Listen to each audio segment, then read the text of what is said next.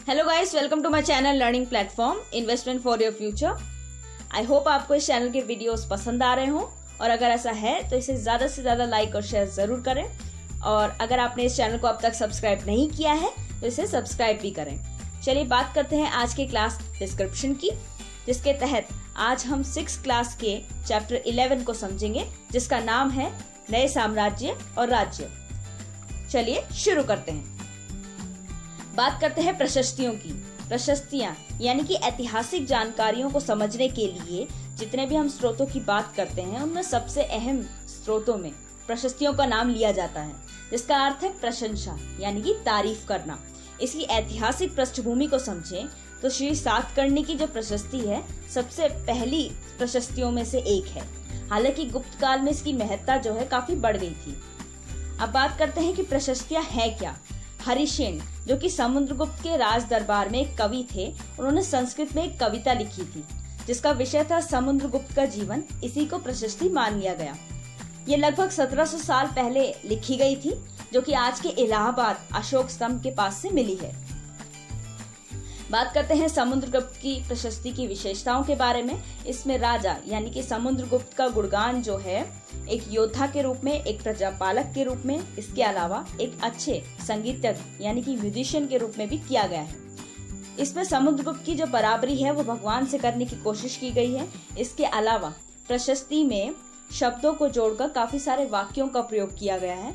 और अगर आपको समुद्रगुप्त की प्रशस्ति के बारे में जानना है तो इस क्लिप को अच्छे से पॉज करके देखें, जिसमें योद्धा समुद्रगुप्त के बारे में विस्तार से बताया गया है। आगे बढ़ते हैं। बात करते हैं सिक्कों की, क्योंकि सिक्के भी एक अहम स्रोत माने जाते हैं। इस समय में, समुद्रगुप्त के समय में जो सिक्के हैं उन पर समुद्रगुप्त को एक वीणा को बजाते हुए दिखाया गया है, जिसमें उसके संगीतज्ञ होने का जो प्रमाण है वो प्रमुखता से रखा गया है। आइए चर्चा करते हैं इस मैप की, जो कि प्रमुख नगर और राज्य के बारे में है, जिसमें लगभग 4 रंगों का प्रयोग किया गया है: हरा, नीला, बैंगनी और लाल, जिसको हम आगे की स्लाइड में अच्छे से समझेंगे। हरिसेन द्वारा 4 प्रकार के राज्यों का विवरण किया गया है, जिन्हें 4 रंगों के माध्यम से प्रकट किया गया है। पहला रंग है हरा रंग, जो कि आर्यव्रत के 9 शासकों के बारे में है, जो कि समुद्रगुप्त से युद्ध में हार गए थे। दूसरा रंग है लाल बिंदु का, जो कि दक्षिणापथ के 12 शासकों के बारे में है, हालांकि उनकी राजधानियों के बारे में है, जिन्होंने समुद्रगुप्त के समक्ष समर्पण कर दिया था और बाद में समुद्रगुप्त ने उन्हें शासन करने की अनुमति दे दी थी। तीसरा रंग है बैंगनी रंग, जो कि पड़ोसी देशों का आंतरिक घेरा को प्रदर्शित करता है, जिसमें आपके उत्तर पश्चिम के क्षेत्र, बंगाल आदि क्षेत्र आते हैं, जिन्होंने समुद्रगुप्त की आज्ञा का पालन किया था और उसके दरबार में अपनी उपस्थिति को भी दर्ज करवाते थे। चौथा और आखिरी रंग है नीला रंग, जो कि बाहरी देशों से संबंध रखता है, जिसमें कुषाण, शक और श्रीलंकन शासक आते हैं, जिन्होंने समुद्रगुप्त की अधीनता को स्वीकार किया और अपनी बेटियों का जो विवाह है वो समुद्रगुप्त के साथ किया था।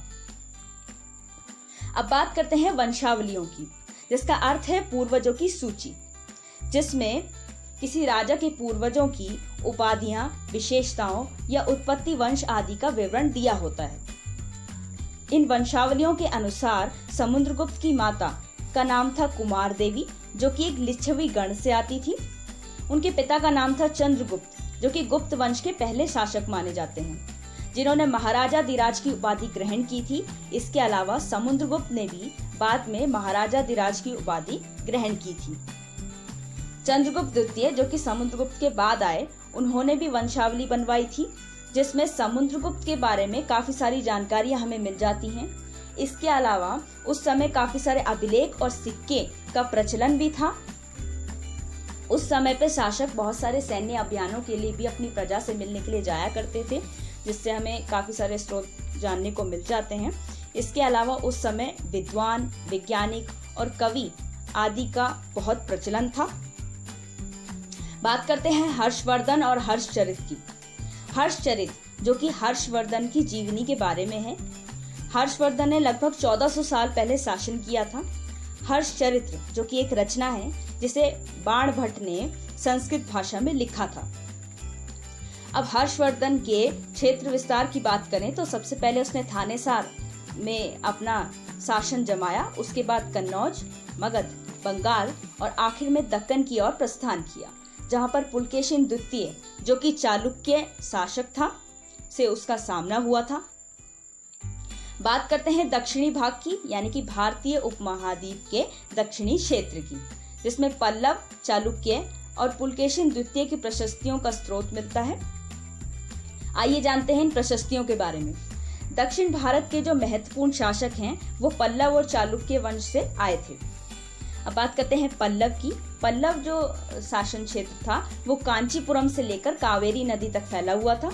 इसके अलावा जो चालुक्य वंश था वो कृष्णा और तुंगभद्रा के बीच का जो क्षेत्र है वहां पर शासन वहां पर होता था।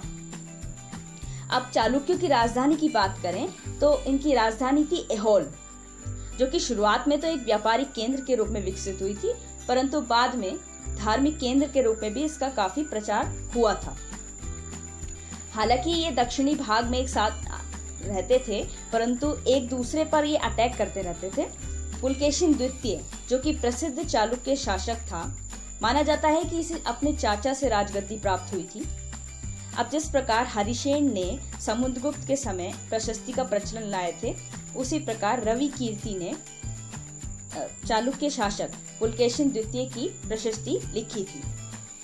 इस प्रशस्ति के अनुसार ये माना जाता है कि चालुक्य शासक यानी कि पुलकेशिन द्वितीय ने भारतीय उपमहाद्वीप में पूर्व और पश्चिम तक अपना विस्तार किया था। इसके अलावा हर्षवर्धन को भी रोकने का प्रयास किया था। पल्लवों पर भी अल्पकालीन जीत की थी, परंतु बाद के समय में इनका जो अंत है वो हो गया था। बात करते हैं प्रशासन व्यवस्था की। पहला नंबर इसमें आता है भूमिकर, जो कि किसी भी राज्य में सबसे महत्वपूर्ण भूमिका निभाता है। इसके अलावा बात करते हैं गांव की, जो कि एक प्राथमिक इकाई थी जहां से भोजन के स्रोत, कारीगर, अन्य संसाधन प्राप्त होते थे। इसके अलावा इस समय की खासियत यह थी कि शासक ने संसाधन युक्त और शक्तिशाली लोगों का समर्थन जुटाने का भरपूर प्रयास किया, जिसके लिए उसने कुछ कदम भी उठाए थे, जैसे कि आनुवंशिक पद। राजा ने कुछ पदों को आनुवंशिक कर दिया, यानी कि पिता के बाद बेटा, बेटे के बाद बेटा। इसके उदाहरण हरिसेन के रूप में हम देख सकते हैं, क्योंकि हरिसेन भी अपने पिता के पद पर ही आसीन हुए थे। दूसरा स्टेप उठाया था कि एक व्यक्ति कई सारे पदों को धारण कर सकता था। तीसरा स्टेप उठाया था कि जो स्थानीय प्रशासन है उसमें कुछ प्रमुख व्यक्तियों को प्राथमिकता दे दी गई थी, जैसे नगर श्रेष्ठी, सार्थवाह, प्रथम कुलिक, कायस्थ आदि। अब जितनी भी नीतियां उस समय शासकों ने बनाई वो काफी प्रभावी तो थी, परंतु स्वतंत्र राज्य बनाने का जो दौर है वो भी इसी समय चला। अब बात करते हैं इस समय की एक नए प्रकार की सेना की। हालांकि पारंपरिक तौर पर तो एक सुसंगठित सेना का प्रचलन था, जिसमें हाथी, घुड़सवार, रथ, पैदल सेना आदि होती थी। इस समय एक सेना नायक का जो पद है वो सामने उभर कर आता है, जो कि शासक को आवश्यकता पड़ने पर सहायता देते थे, अपने सैनिकों को भेजते थे। हालांकि इनको सैलरी नहीं मिलती थी, बदले में इनको भूमिदान मिलता था। जो भी भूमि मिलती थी उससे ये लोग राजस्व इकट्ठा करते थे और उस राजस्व से ये लोग सेना और घोड़ों के रखरखाव किया करते थे। इसके अलावा हथियारों को भी जुटाया करते थे और इस व्यवस्था को नाम दिया गया सामंत व्यवस्था और इस पद को नाम दे दिया गया सामंत। हालांकि बाद के दौर में स्वतंत्र राज्यों की जो स्थापना हुई उसका नेतृत्व इन सामंतों ने ही किया था। अब बात करते हैं दक्षिण के राज्यों में कुछ ग्रुप बनाए गए थे जिन्हें कहा गया सभाएं। पहला ग्रुप है ब्राह्मण भूस्वामी समूह, यानी कि वो ब्राह्मण जिनके पास अपनी जमीन है, उन्हें एक सभा नाम के ग्रुप में डाला गया जिसके अपने नीति नियम थे। दूसरा ग्रुप है गैर ब्राह्मण भूस्वामी समूह, जिन्हें उर नाम की संस्था के अंतर्गत रखा गया।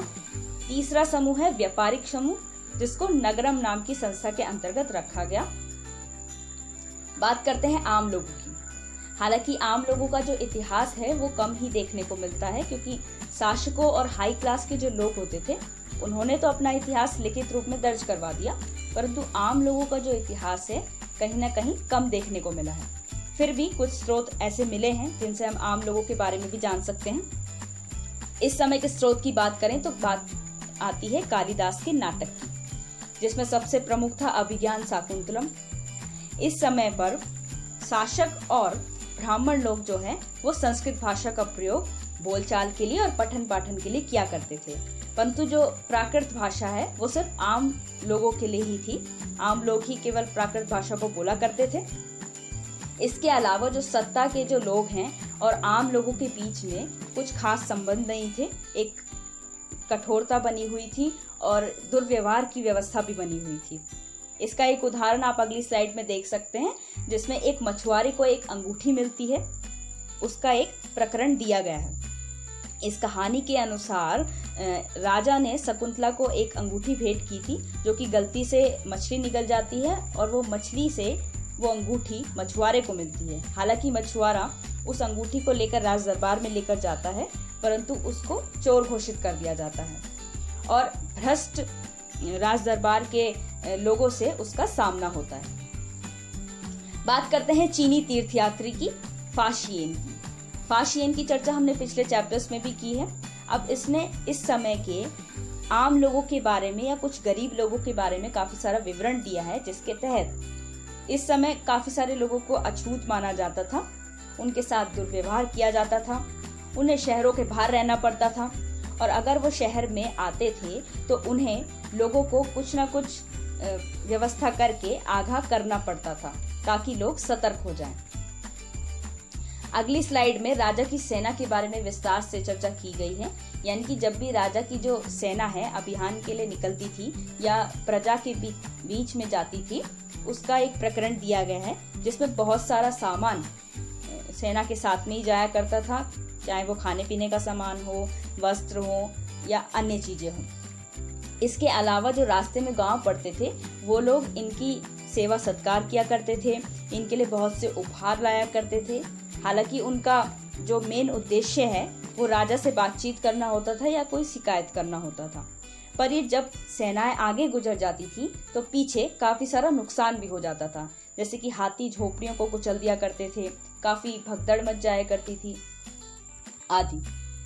बात करते हैं आखिरी टॉपिक की, यानी कि अन्यत्र की, जिसमें आज का विषय है हमारा अरब। अरब एक मरुभूमि है जो कि यातायात का केंद्र माना जाता है। भारत और यूरोप के बीच में जो भी समुद्री व्यापार हुआ करता था वो एक केंद्र जो है अरब में माना गया। बेदुइन जो कि एक घुमक्कड़ कबीला था वो अरब में बहुत पाए जाते थे। ऊंट जो कि एक महत्वपूर्ण जानवर था और बहुत सारा सामान ढोने में इसका काम लिया जाता था और ये कई दिनों तक बिना पानी पिए काम कर सकता था।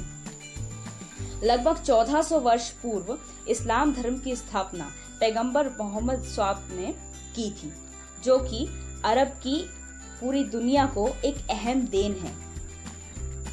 इस धर्म के तहत अल्लाह को सर्वोत्तम माना गया। इस धर्म में एक धर्म ग्रंथ को प्रमुखता दी गई जिसका नाम था कुरान। इस धर्म के तहत क्षमा और पुरस्कार की मान्यता को बहुत अच्छे से दिखाया गया। इस धर्म का बाद में बहुत जगह पे प्रसार हुआ, जिसके तहत उत्तरी अफ्रीका, स्पेन, ईरान और भारत में इसका बड़ी मात्रा में फैलाव हुआ और आज भी भारत में इस्लाम से जुड़े काफी संख्या में लोग पाए जाते हैं। अब जैसे जैसे इस धर्म का प्रचार हुआ था, इस धर्म की और इस क्षेत्र की जो धार्मिक और सामाजिक संस्कृति है वो भी दुनिया तक पहुंची। और इसके अलावा 1300 साल पहले सिंध यानी कि आज के पाकिस्तान को अरब के सिपाहियों ने जीता। इसी के साथ ही ये वीडियो यहीं समाप्त होता है। Thank you for watching this video और अपने फीडबैक जो है कमेंट सेक्शन में ज़रूर दें और इस चैनल को सब्सक्राइब ज़रूर करें।